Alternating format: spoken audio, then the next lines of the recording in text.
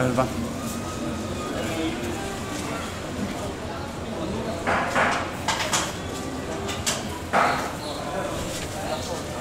Ole hyvä.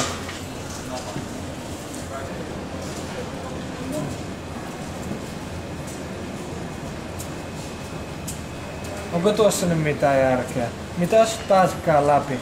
Aikaa ja rahaa ja vaivaa menee hukkaan. Ihan turhaa, jos et pääse läpi. Ei voi tietää, että pääseekö. Mutta eikö se ole toisaalta hyvä, että meitäkin on, jotka on ehdolla? Sillä tavallahan se demokratia toimii. En mä nyt oikein tiedä noista vihreistä. Jaa, mikset? Terve, olen Ahti Tenhunen. Olen ehdolla Vantaan vihreissä kunta- ja aluevaaleissa. Tervetuloa vaalitoreille juttelemaan.